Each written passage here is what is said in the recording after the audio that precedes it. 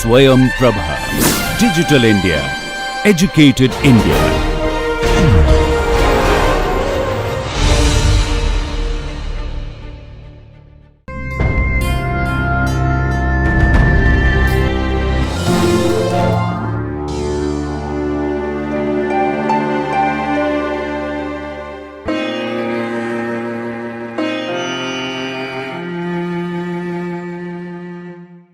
Hi everyone, this is Malika Pathak from Miranda House, University of Delhi, starting with a course on ionic equilibria for the students of BSc Honours Chemistry and BSc with Chemistry. This is Module 6, Lecture 1 of the series. The academic expert of the course is Dr. Amrita T. Shea, and the recording is being done under the DTH Swayam Prabha project of the MHRD, New Delhi. Now, all of us have seen reactions taking place in the laboratory. Now, most of these reactions that you see in the laboratory are ionic reactions. And the study of those reactions and their understanding is what is called as ionic equilibria. And that is what we are discussing today in the lecture. So, today's lecture we will start with a look at water electrolytes based on their conductivity in solution. So we will talk about the nature of the solutes in terms of their conductivity in solution. That is, we are going to talk about electrolytes, non-electrolytes, strong electrolytes, and weak electrolytes. This will be followed by a discussion and review of the various theories of acids and bases, within which we will talk about Arrhenius theory of acids and bases, Bronsted-Lowry theory of acids and bases. We will also talk about the Lewis theory of acids and bases. After this, we will take a look at the hydrogen ion concentration in terms of pH scale, pOH scale. We will also talk about the autoionization of water with a discussion on ionic product of water, what is Kw, how does it change with temperature, and an understanding of which will lead us to going back to pH scale and understanding that in more detailed manner. This will be followed by a look at the dissociation constant of an acid. We will look at the relationship of the acid strength and the conjugate base strength in a small discussion on the various acids which are there and their conjugate bases. This will be followed by a derivation on the exact treatment or the mathematical treatment for the ionization of a monoprotic acid. So we are going to talk about all these things in today's lecture. So let's start. All of you are aware that we must not touch electrical appliances or electrical sockets with wet hands. Our parents used to tell us when we were kids that do not touch electrical wires, socket with wet hands or when the floor is wet. Why was it there? Why? Because the water was conducting in nature, and if you touch the electrical sockets or the wire with those wet hands or the wet or on the wet floor, the current from the electrical appliance will pass through your body and you will get a electrical shock. Now, is water conducting in nature? No, actually not. The pure water is non-conducting in nature. But then what makes the water conducting? It is the dissolved salts in the water which make the water conducting in nature.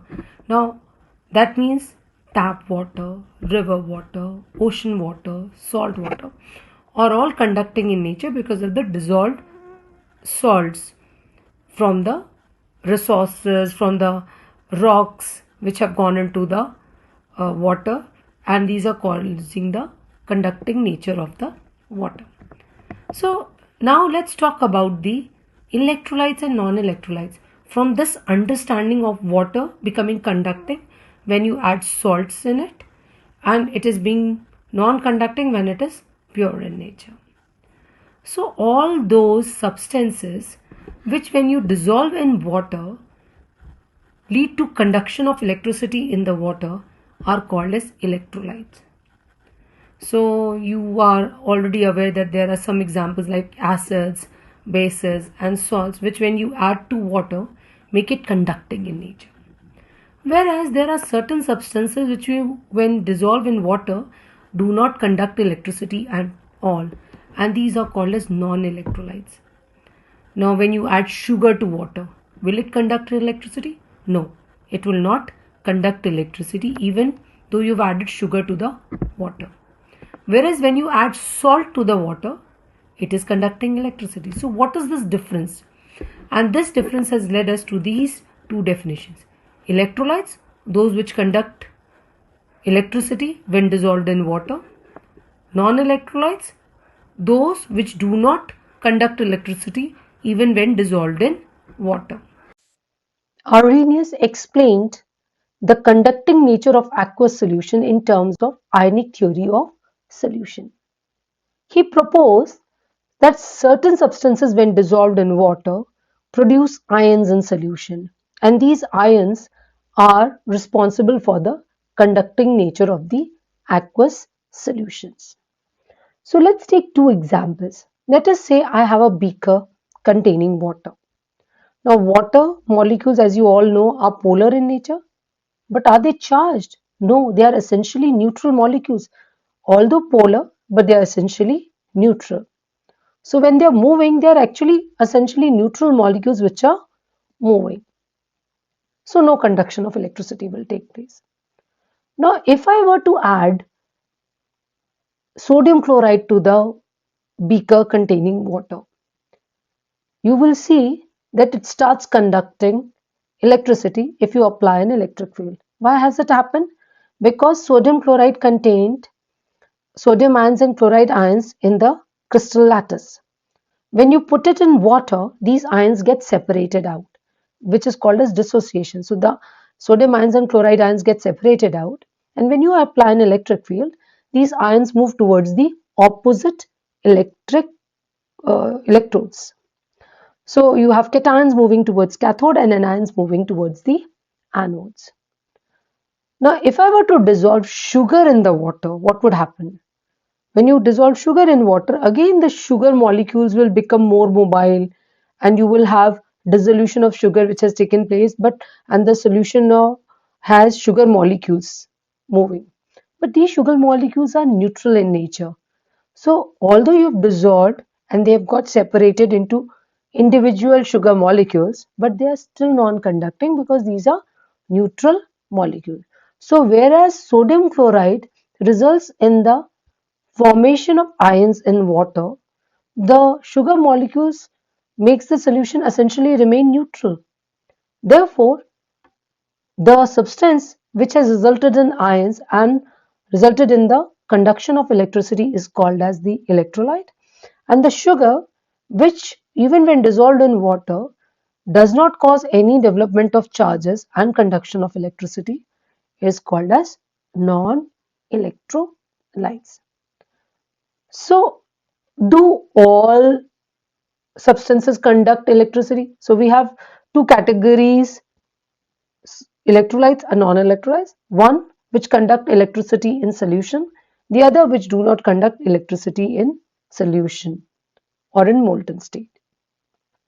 Now, do all electrolytes conduct electricity to the same extent?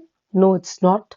Some electrolytes or some substance will conduct electricity to a very large extent. Some will conduct electricity to a poorer extent or a lower extent.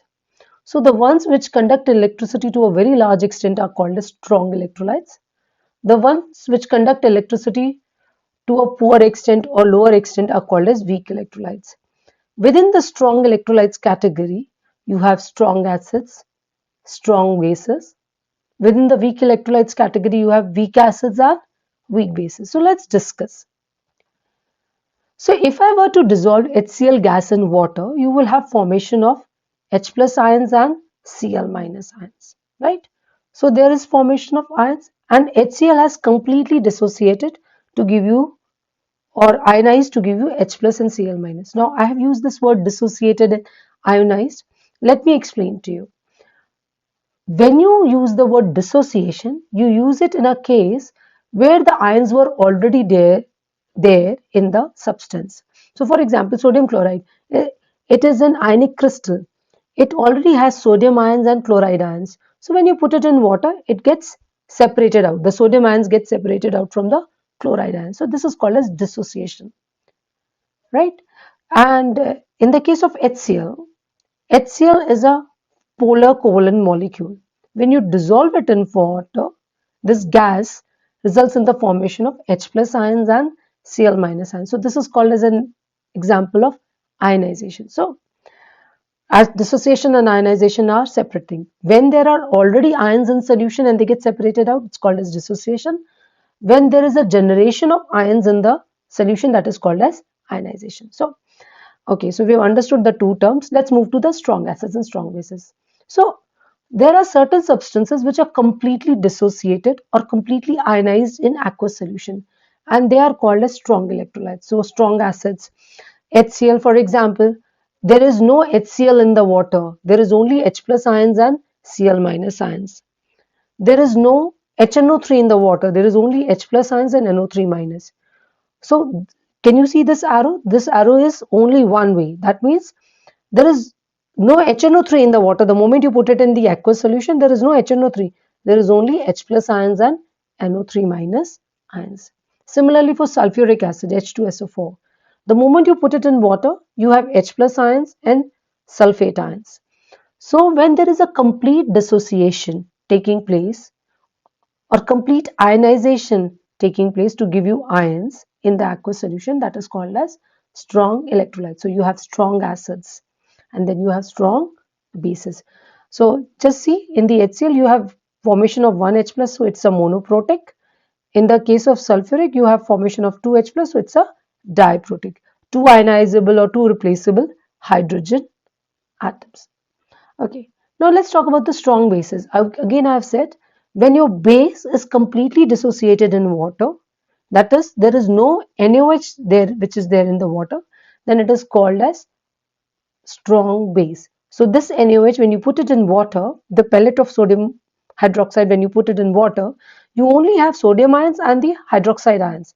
There is no NaOH. So there's this arrow which shows forward direction and no backward. So there is no NaOH in the water. There will be only Na plus and OH minus. So these are called as strong bases. So strong acids, strong bases, strong electrolytes. Now let's talk about the weak acid. Weak electrolytes, weak acids and weak bases. Those electrolytes which are partially dissociated or ionized in aqueous solution are called as weak electrolytes. So you have weak acids, weak bases, acetic acid, propionic acid. These are all examples of weak acid. So acetic acid, it will partially ionize to give you acetate ion and H plus ions. Do you see this double-headed arrow? This is an equilibrium sign. Most of the acetic acid will remain in the unionized form. This is the unionized form. Only some of the acetic acid molecules will ionize to give you acetate ions and H plus ions. So there is very little dissociation which takes place when you take acetic acid in water. Similarly, you have weak bases where you have weakly ionized molecules. There is very little ionization of the weak base to give you ions. For example, in the ammonium hydroxide, I'm going to talk about it. So the weaker the acid, the lesser it will dissociate and the more the equilibrium will lie to the left. You see, in the acetic acid, most of the molecules are remaining in the unionized form. Only small amount of molecules get ionized to give you acetate ions and H plus ions. So the equilibrium is more towards the left hand side, towards the unionized form, then towards the ionized form. So this is a weak acid. Similarly, a weak base. Ammonia, can you see? Ammonia partially ionizes to give you ammonium ion and hydroxide ion. Again, this is an equilibrium sign that I have put because only some of the molecules of ammonia have ionized to give you ammonium ions and OH minus ions. The majority of the molecules are in the unionized form. So this is the weak base. And the bases and the acids, when we say the weaker acids and the weaker bases, are classified on the basis of their Ka and Kb value. We're going to talk about this dissociation constant later, but right now our focus is to understand what are electrolytes, what are non-electrolytes, what are weak electrolytes, and what are strong electrolytes. So electrolytes which conduct electricity in the aqueous state or in the molten state, non-electrolytes which do not conduct electricity when dissolved in water or when they are taken in the molten state. Then you have strong electrolytes and weak electrolytes. Strong electrolytes which are completely ionized in the aqueous solution, and they result in complete dissociation or complete ionization, resulting in maximum conduction. So these are called as strong electrolytes. So strong acids, strong bases are strong electrolytes. Weak acids, weak bases, they are partially dissociated or ionized in the aqueous solution, and these therefore will result in smaller conduction of electricity, and therefore called as weak electrolytes. Let us now try and recall the theories of acids and bases. You have done these theories in the 9th and 10th standard and 11th and 12th standard also. Let us just try and recall them. The first is the Arrhenius theory of acid and bases, and it's a classical theory because see, it is the first definition of acid and base that gave us an understanding what an acid is and what a base is. So according to the Arrhenius theory of acid and bases, an acid is a substance which contains hydrogen and dissociates in water to yield hydronium ions. Now here I am writing hydronium ions, and in the reaction I am writing H plus ions. Please understand this H plus and H3O plus is being used interchangeably. I'll try and explain to you what is an H3O plus and how is it that it is interchangeable with H plus later in the slide. But any acid which contains H and dissociates in the aqueous solution to give you H plus is called as an acid. Similarly, any general acid can be written as HA, and in the aqueous solution it will dissociate to give you H plus ion. Here A minus is called as the anion of the acid. What is a base then according to Arrhenius? So according to the Arrhenius, a base is a substance which contains the hydroxyl group and dissociates in water to yield the OH minus ions.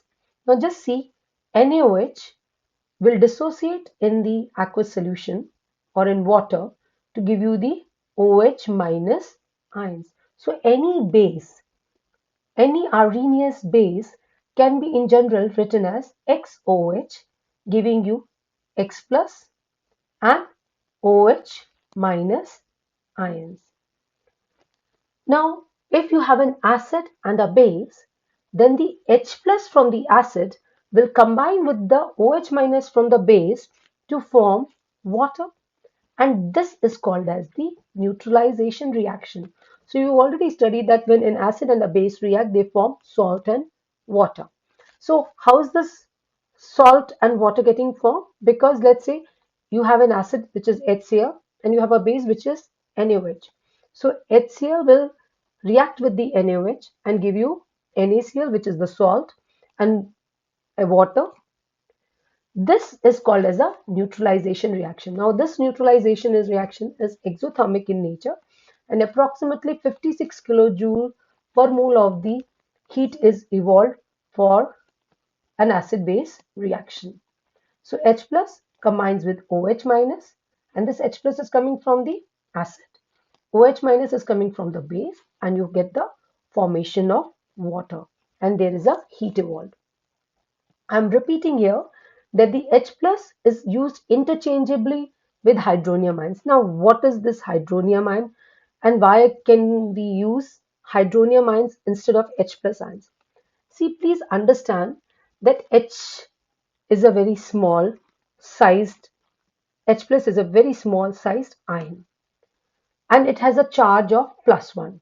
So a very small sized ion having a positive charge is having a very high charge density. Now in a polar solvent like water, it cannot exist alone.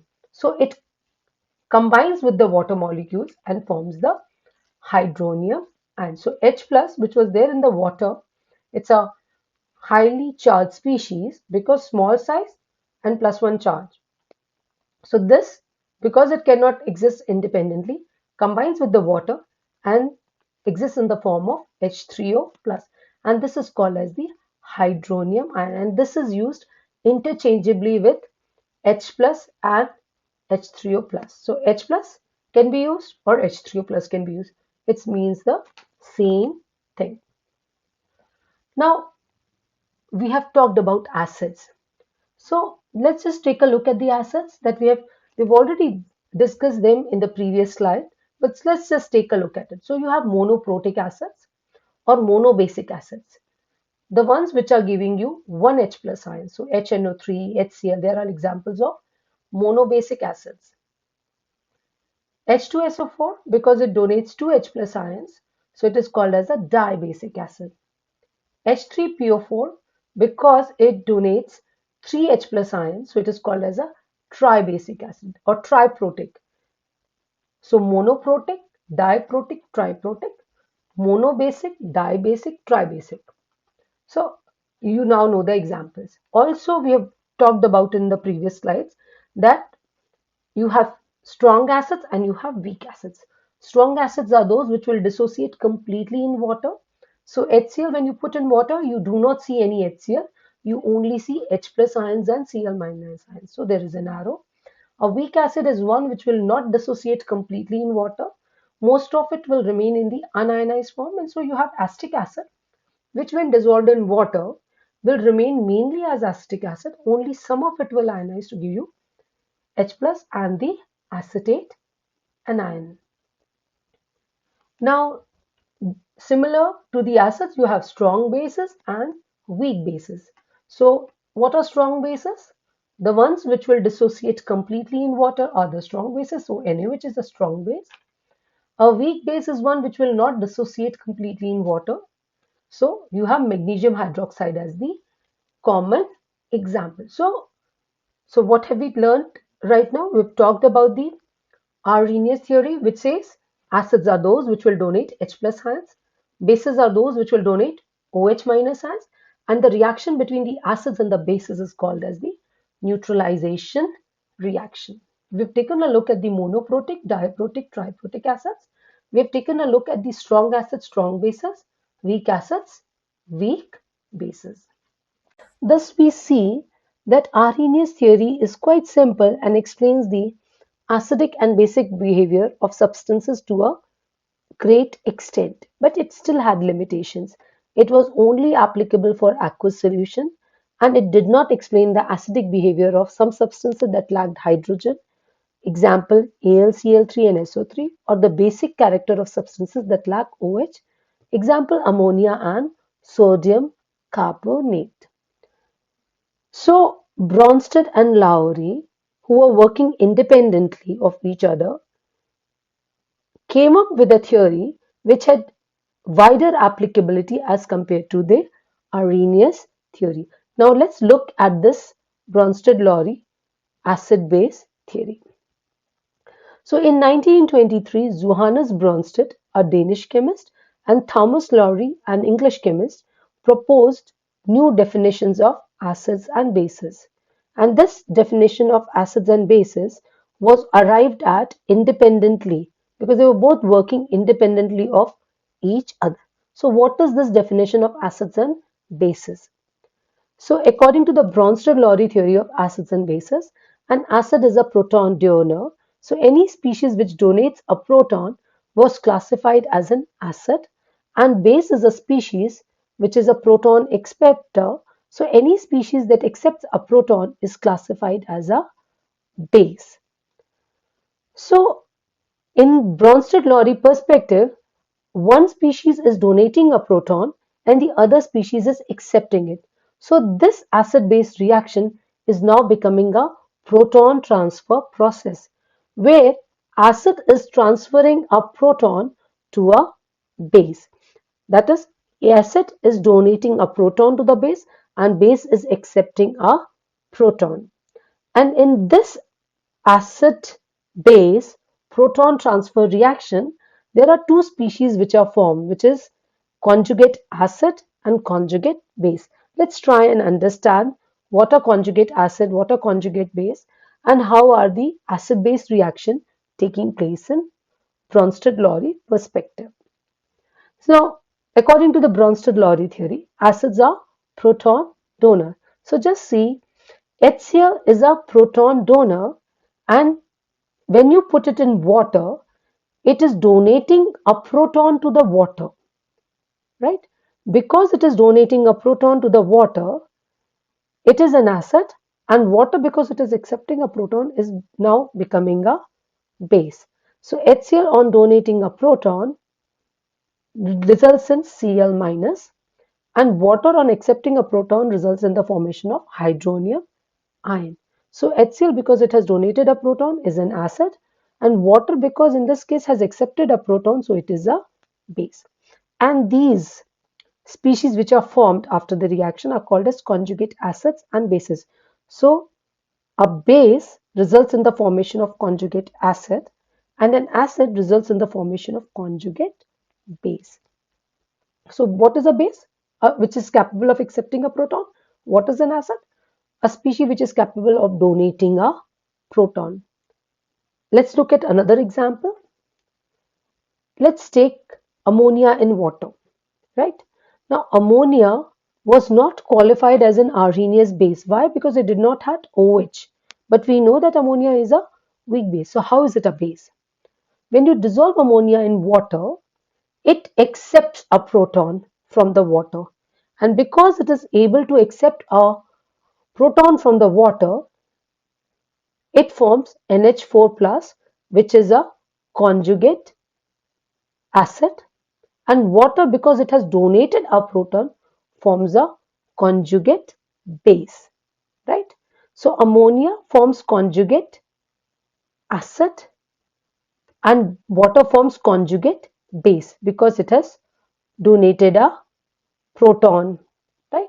So the ammonia, because it has accepted a proton, is a base, and water in this case, because it has donated a proton, is an acid. Now, there are certain species which are capable of donating as well as accepting a proton.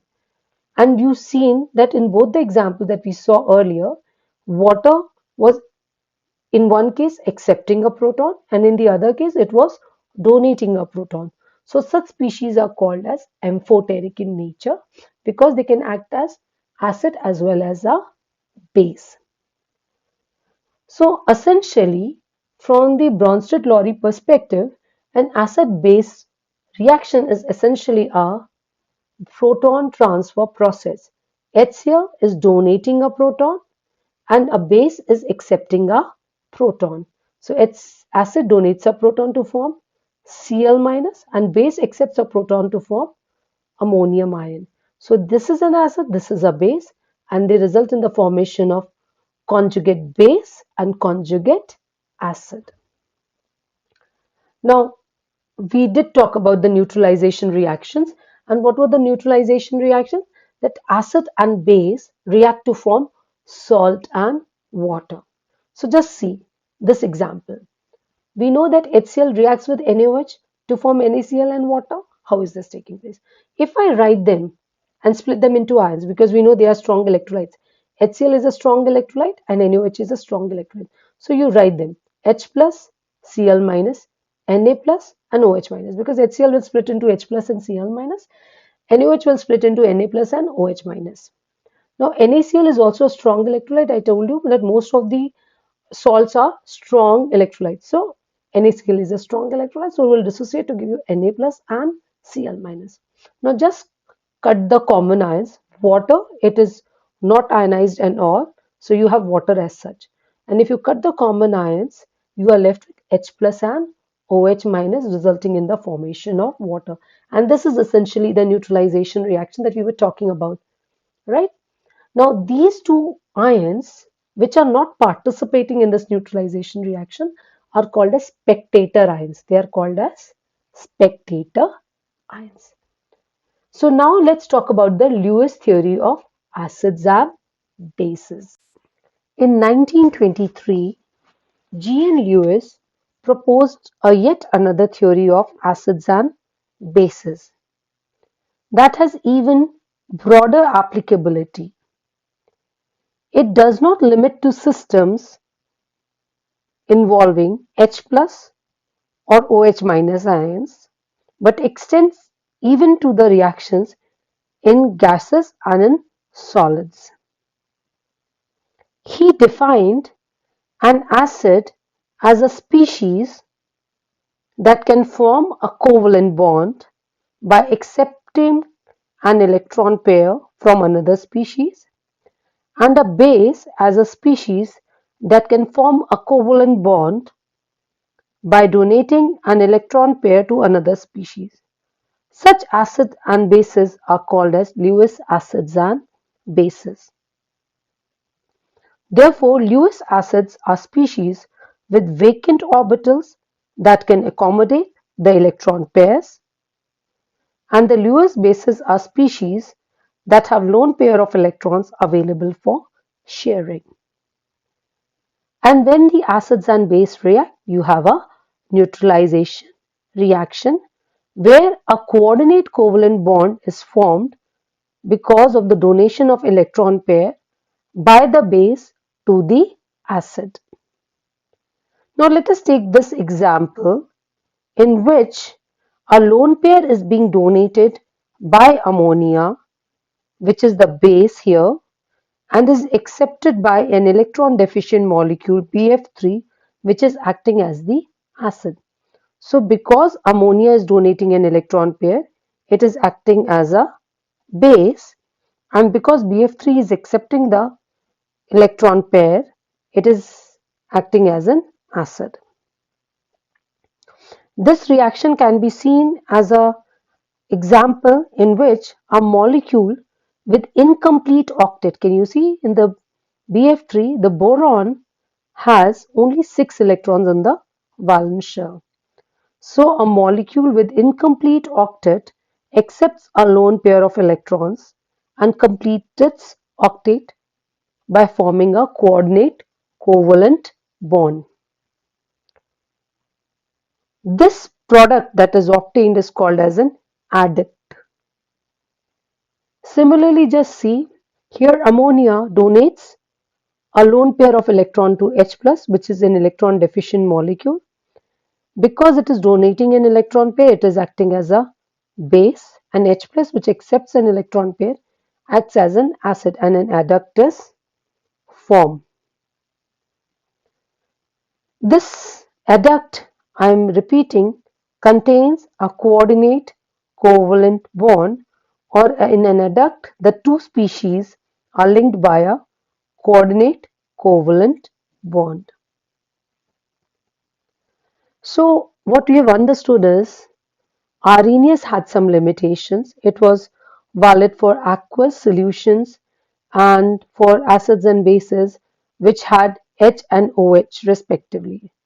The Bronsted-Lowry theory was more broader, and it talked about the donation of proton by the acid and acceptance of the proton by the base, and it could be applied to non-aqueous systems.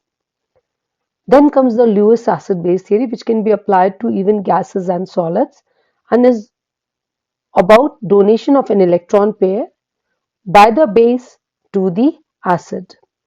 So let's summarize what we have learned. So Arrhenius theory says acids are those which release H plus ions in water, and bases are those which release OH minus ions in the aqueous solution. According to the Bronsted-Lowry theory, acids are those which donate a proton, bases are those which accept a proton. And according to the Lewis acid-base theory, acids are those which accept an electron pair, and bases are those which donate an electron pair. Let us talk about the ionic product of water, Kw. Now, pure water is generally considered to be a non-electrolyte due to its negligibly small electrical conductivity. However, we know that it does have a non-zero conductivity that indicates the presence of ions in the pure water. Now, where are these ions coming from? In order to answer this question, we must recall the important property that we studied when we did Bronsted-Lowry acid-base theory, that water can act as a weak acid as well as a weak base. Now, in this case, in a sample of water, small number of water molecules will donate a proton to an equal number of water molecules. When they donate a proton to the other water molecules, they are acting as an acid, and when they accept the proton from the other water molecules, they are acting as a base. So H2O liquid combines with the H2O liquid to give you hydronium ion and hydroxyl ions. This reaction can simply be written as 2H2O liquid giving you H plus ions and OH minus ions. This reaction is called as the autoionization of water or the autoprotolysis of water. Now, because it is a weak acid behavior and a weak base behavior, you can put an equilibrium sign in between the reactants and the products. So, if this is an equilibrium, you can apply the equilibrium law here. And what is the equilibrium law? That the equilibrium constant K is the ratio of the product of the concentration of products upon the product of the concentration of reactants. So, what are your products? H3O plus and OH minus. What are your reactants? Water. So, product of the concentration of products. So, products concentration product upon the reactant concentrations product. Now, we know that this dissociation is very little because the pure water practically looks like a neutral solution. So if it is very little dissociation, then the concentration of water can be taken as a constant. So if it can be taken as a constant, it can be taken to the left hand side and combined with K. So K into H2O square becomes another constant which is called as the ionic product of water and is represented as Kw. So Kw is equal to concentration of H3O plus into OH minus. You know, because all the equilibrium constants depend upon the temperature, therefore Kw also depends on the temperature. So Kw, which is the product of the molar concentration of H plus and OH minus ions, its value will depend on the temperature. And the value that has been determined at 25 degrees centigrade for Kw is equal to 1 into 10 to the power minus 14 mole square decimeter minus 6. Please, I must tell you how this value has been determined. This value has been determined from the measurements of electrical conductivity. So, at different temperatures, the values of Kw have been determined. At 25 degrees centigrade, this has been found to be the value 10 to the power minus 14 mole square decimeter minus 6. Now, there is a scale which we are going to talk in detail in the next few sessions, which is called as the P scale or the pH scale. So, similar to the pH scale, you have a pKw. So, pKw is the negative logarithm of the Kw. Log Kw we know will be equal to minus log of H3O plus into OH minus. So if I take the negative logarithm on the both sides, we get pKw is equal to pH plus pOH, and because our pKw will be equal to 14 because our Kw was equal to 10 to the power minus 14 at 25 degree centigrade. Now, we have said that in the pure water, H plus and OH minus ions are formed. And these H plus and OH minus ions are formed in equal amount. And that is why your pure water is neutral. If it is an acidic solution, your H plus ions concentration is going to be more than the OH minus ions. If the solution is going to be basic in nature, then the OH minus concentration is going to be more than the H plus ions. And this understanding is very important. In the pure water, because of the autoionization or the autoprotolysis of water, equal number of H plus and OH minus are there, and very, very little in number are there. In an acid and base, this equality gets disturbed, and in the acids the H plus concentration becomes more than the OH minus, and in the bases the OH minus concentration becomes more than the H plus ions. Let us talk about the hydrogen ion concentration. Now the concentration of H plus and OH minus ions in the aqueous solution of acids and bases vary widely depending upon the amount of acid or base which is added to the water to get the solution. Now, in order to quantitatively express the concentration of these ions, especially in the dilute solutions, we need to use negative powers of 10. And it is quite inconvenient to handle these numbers. You have numbers like 10 to the power minus 6, minus 7, minus 8, minus 9. So in 1909, a Danish botanist, S.P.L. Sorensen, while working on the brewing of beer, proposed a practical scale called as the pH scale for expressing the concentration of hydrogen ions. Now, this pH, the potential of hydrogen ions in aqueous solution, is defined as the negative logarithm to the base 10 of the hydrogen ion concentration, the molar concentration of the hydrogen ions or the hydronium ions. So pH is equal to minus log 10 H plus or minus log 10 H3O plus. The letter P was derived from the German word potens, meaning power, and the term in the square brackets represents the molar concentration of the hydrogen ions.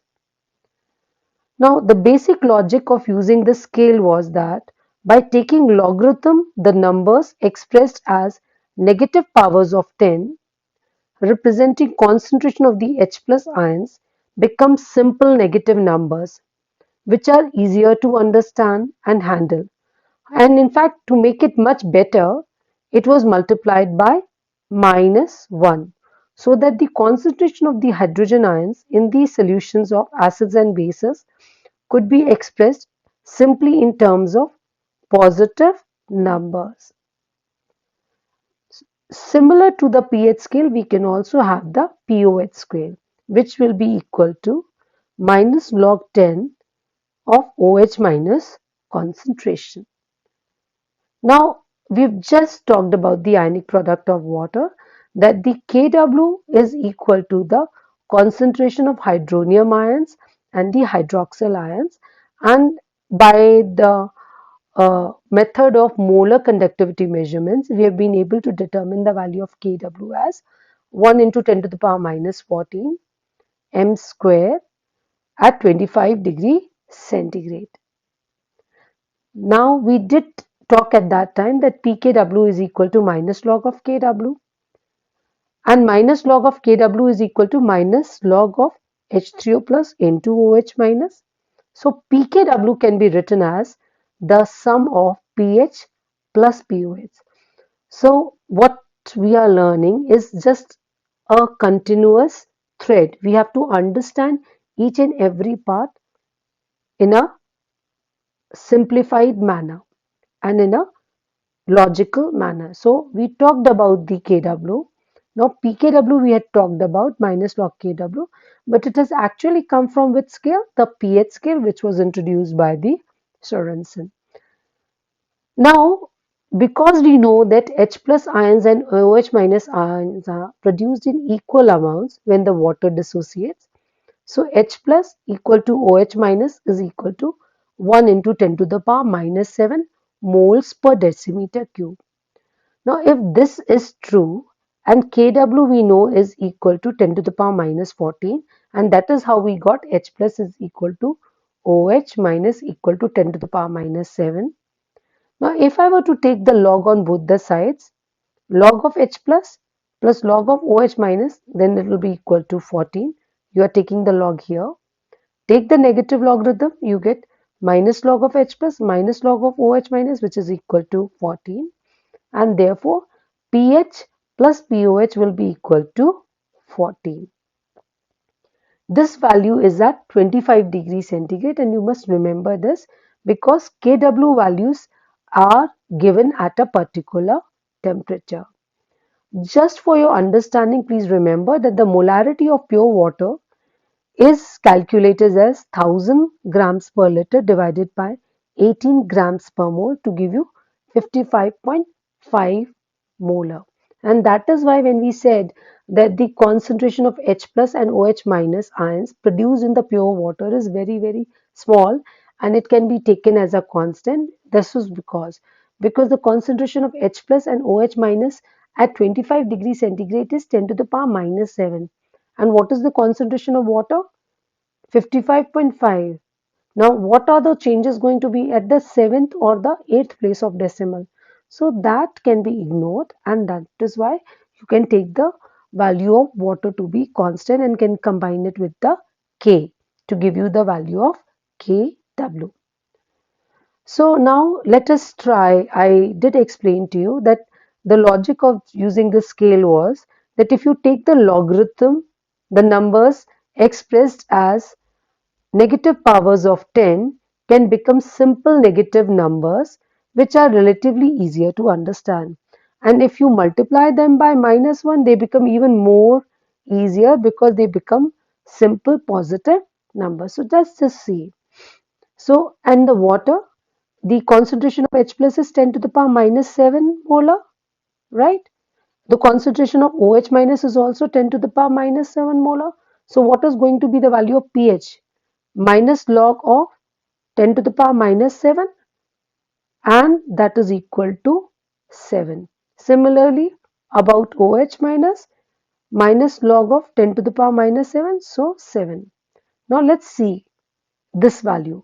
This is 10 to the power minus 6 molar of H plus concentration. So what will be the value of pH? Minus log 10 to the power minus 6.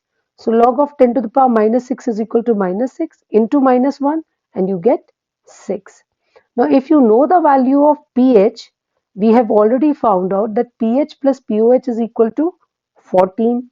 So I can simply subtract 6 from 14 and we can get the value of 8, or you can get the value of OH minus.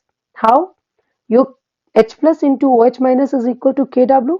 So your OH minus can be taken out as equal to Kw upon H plus. You get the value of OH minus, you take its negative logarithm and you get the value of 8.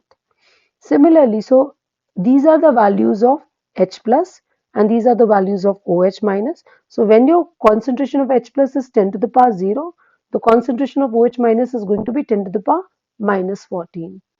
And you can see that when the concentration of the H plus is 10 to the power 0, then the pH is coming out to be 0 and the pOH is coming out to be 14, right? So just understand and you will be doing very well. Please understand that pure water is neutral. So the pH 7 represents neutral at 25 degrees centigrade. When we go below 7 in the pH scale, then we are moving towards more and more acidic nature.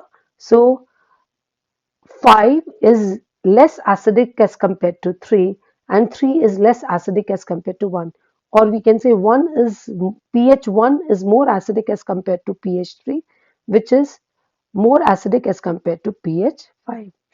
And when we move from 7 towards 14, then the alkaline nature increases. So 8 is more alkaline as compared to 7, 10 is more alkaline as compared to 8, and 13 is more alkaline as compared to 7. So when we move on the pH scale towards the 0, the acidic character or acidic strength increases, and we move from 7 towards 14, then the basic strength increases. Please understand the pH scale is only considered between 0 to 14.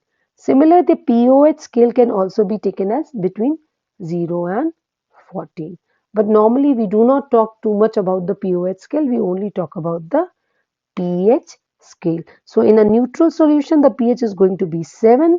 In the acidic solution, the pH is going to be less than 7. And in the basic solution, the pH is going to be more than 7.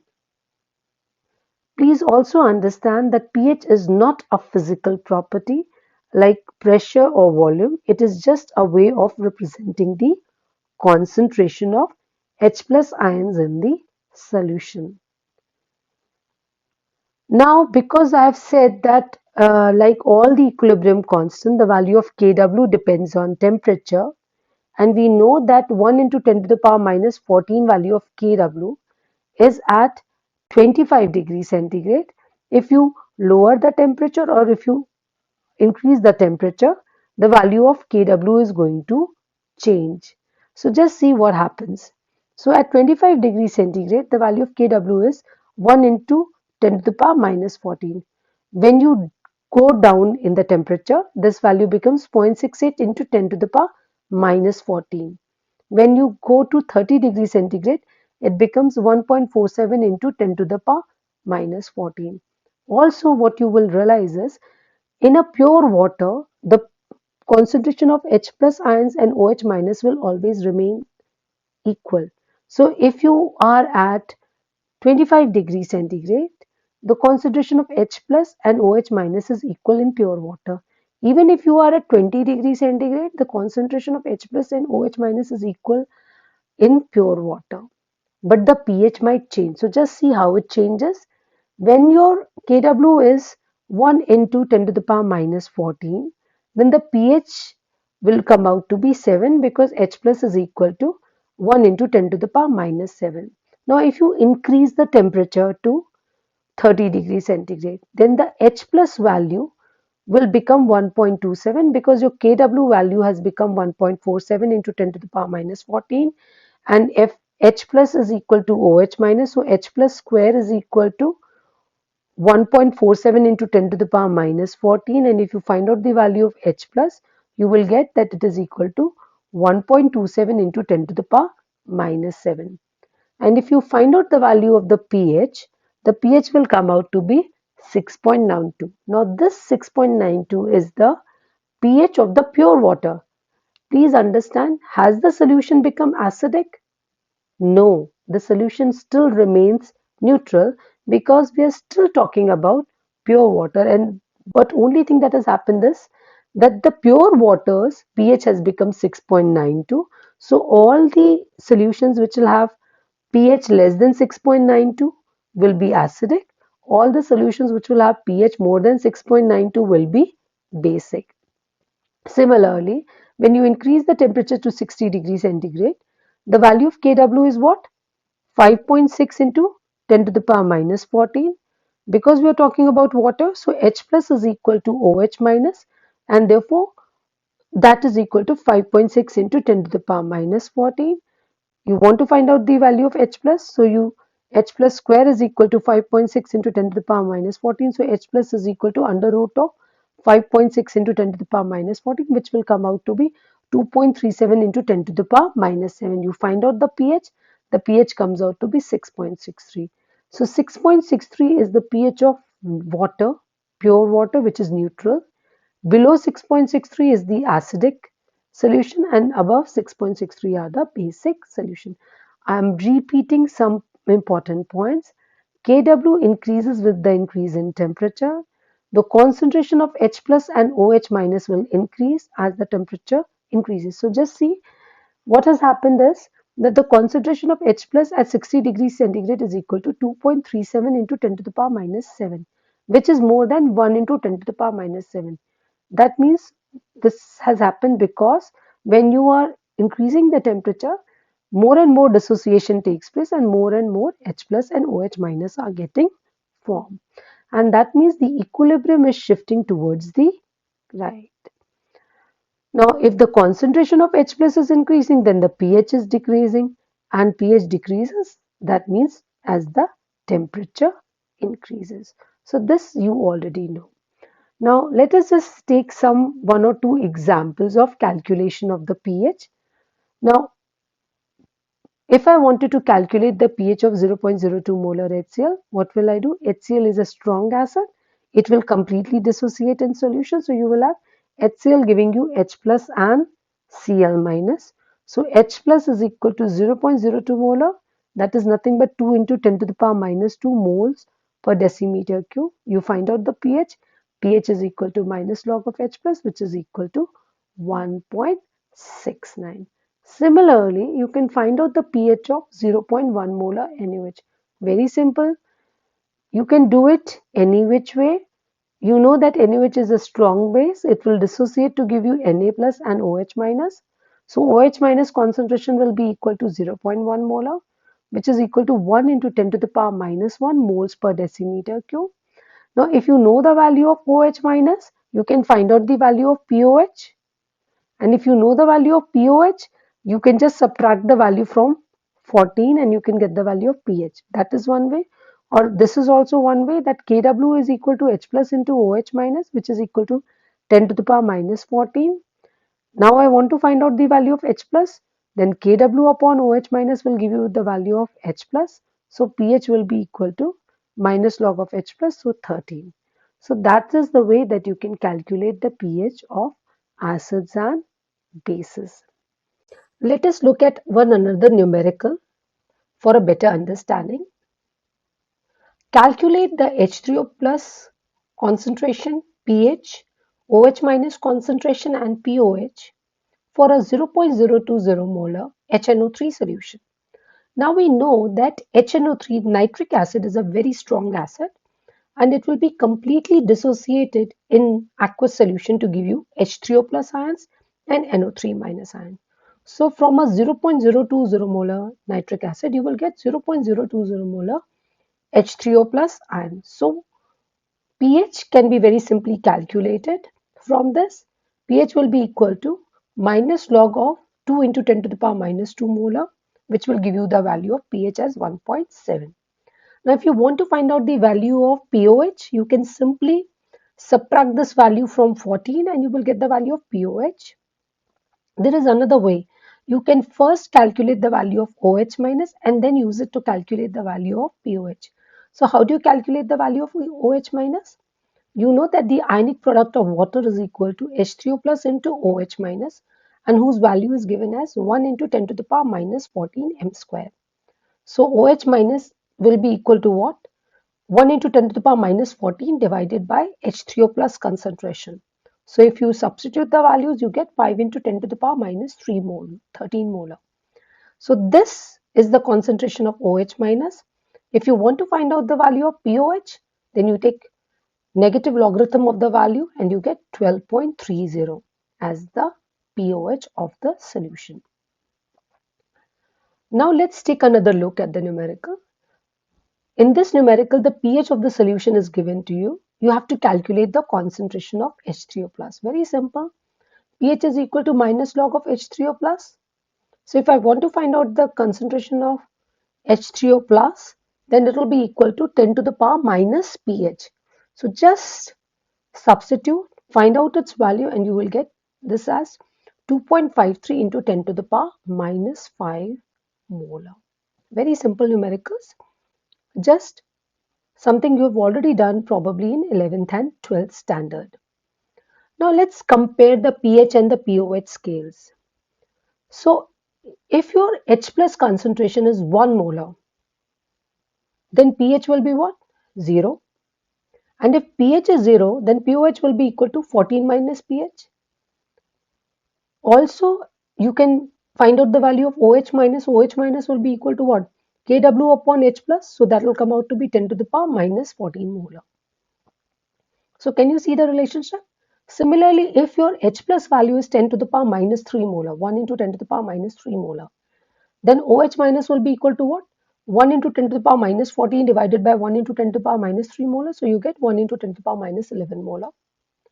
The pH will be negative logarithm of the H plus. So you get 3. The POH will be equal to negative logarithm of OH minus, so you get 11.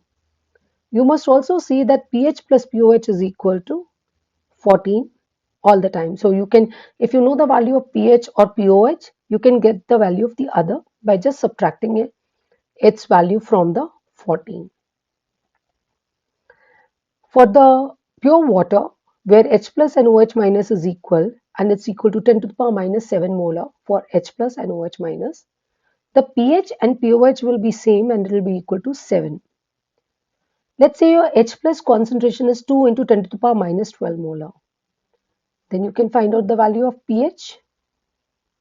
You can also find out the value of pOH from the OH minus value, and you can find out the value of OH minus from the H plus by just taking the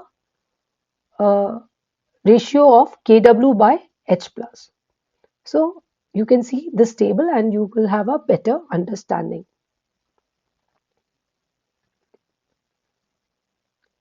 Now, let us look at the ways of calculating the pH for a weak acid. Now, you must try and understand that calculating the pH of a strong acid was very easy because they were 100% dissociated. So, if you took HCl as 0.02 molar, you were getting H plus as 0.02 molar. But that is not the case for a weak acid because most of the weak acid is in the unionized form and very little of it is in the ionized form. How much of it is in the ionized form and how are you going to use that value to calculate the pH is what is the tricky part when you are calculating the pH of a weak acid. Because this problem here is that you have to calculate the exact concentration of H plus ions, which is not as easily calculated as in the case of a strong acid. So you need to know the extent of ionization, which is given by the value of K, which is the dissociation constant of the weak acid. So let's try and see how we can do that. Now, if there is a weak monobasic acid, which is Ha, then Ha will dissociate in water in this equilibrium condition where Ha will ionize as H3O plus and A minus. You do remember that this is like the Bronsted-Lowry concept.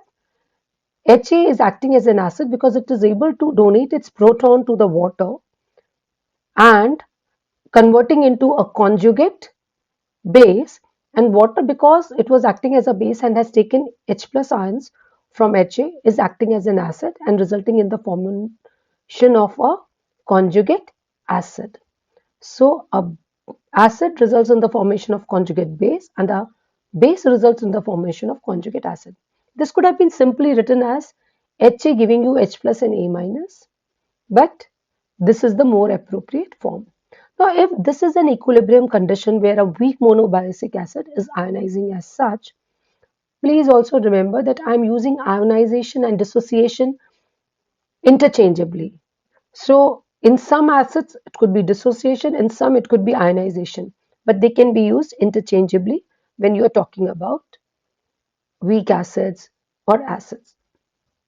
Now, if there is an equilibrium where Ha plus water gives you H3O plus and A minus, then you can apply the equilibrium law. And if you apply the equilibrium law, your K will be equal to product of the concentration of products, so H3O plus into A minus, divided by the product of the concentration of reactants, so Ha into water. Now for a water, we know that there is very little dissociation, right?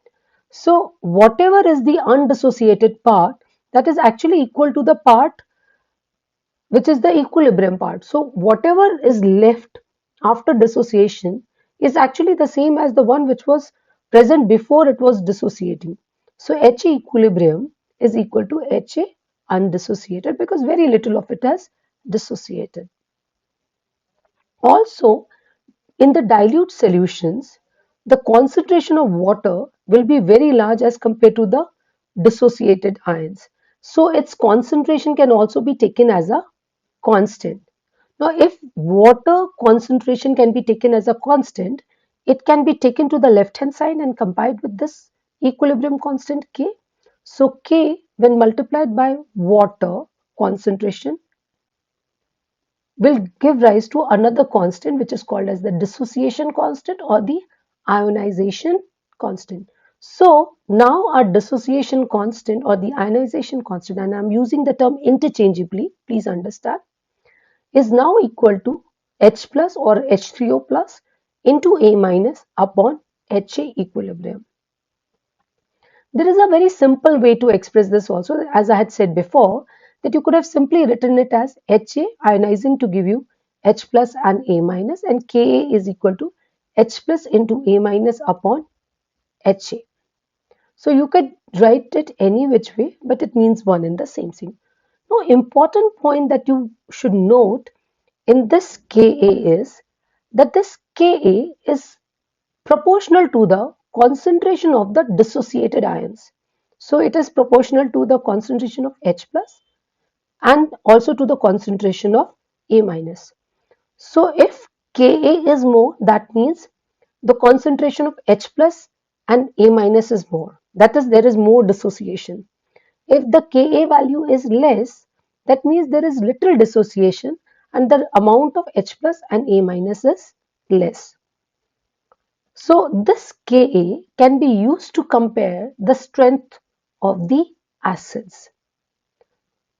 So if Ka value is less, then it is dissociating less and it's a weak acid. And if it is a weak acid, it is dissociating less and the fewer ions are getting generated and the value of Ka is small. So if Ka is small, that means it is a weak acid, and if it is a weak acid, that means its Ka value is going to be small, right? If the Ka value is large, that means more amount of H plus and A minus is there. That is, more amount of dissociation has taken place, and therefore your acid is a strong acid. So Ka more means stronger acid.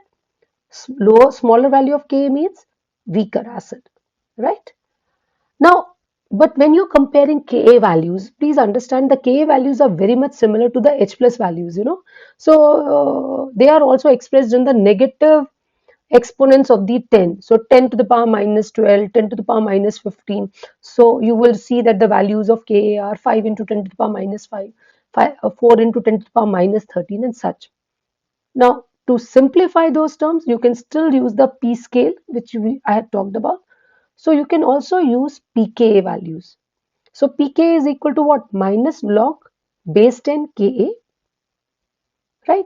Now, if I use pKa, I will be able to compare much more easily as compared to when Ka. Obviously, you can also compare using Ka, and if you are good with the numbers and feel of the numbers is good in you.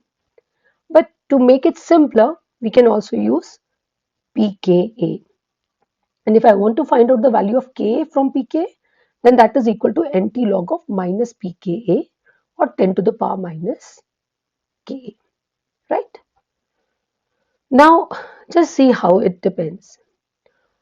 If you have a strong acid, so if there is a strong acid, then before dissociation, you only have the acid Ha, any acid Ha, and after dissociation, you will only be left with H plus ions and A minus ions. I did tell you this, that a strong acid is one which is no more there in the solution the moment you put it in the aqueous solution. So it will completely go into the dissociated form or the ionized forms.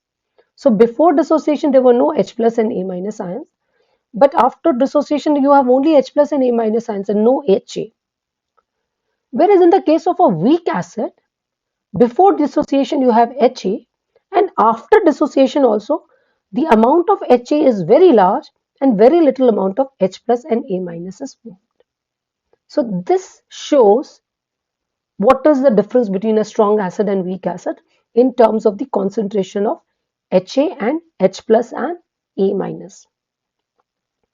Now we have talked about Ka. So Ka is giving you the strength of a acid. The larger the value of Ka, the stronger the acid. The smaller the value of Ka, the weaker the acid, right?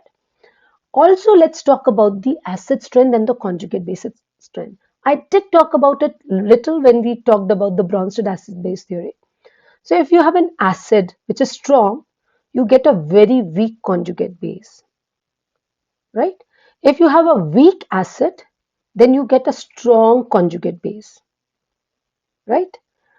If you have a weak base, you get a strong conjugate acid. If you have a strong base, then you get a weak conjugate acid. So there is this comparison. So HCl is a strong acid. It results in the formation of Cl minus, it, which is a weak conjugate base. If you have ammonia, which is a weak base, it results in the formation of NH4 plus, which is a strong conjugate acid. So that relationship you have got an idea when we talked about in the Bronsted-Lowry acid-base theory and also right now. Now let's just look at the values of Ka. Now you know that acetic acid is a weak acid. I mean, we know it from the time that we started studying chemistry in 7th, 8th standard that acetic acid is a weak acid. Now look at the value of Ka. It is 10 to the power minus 5. So 1.8 into 10 to the power minus 5.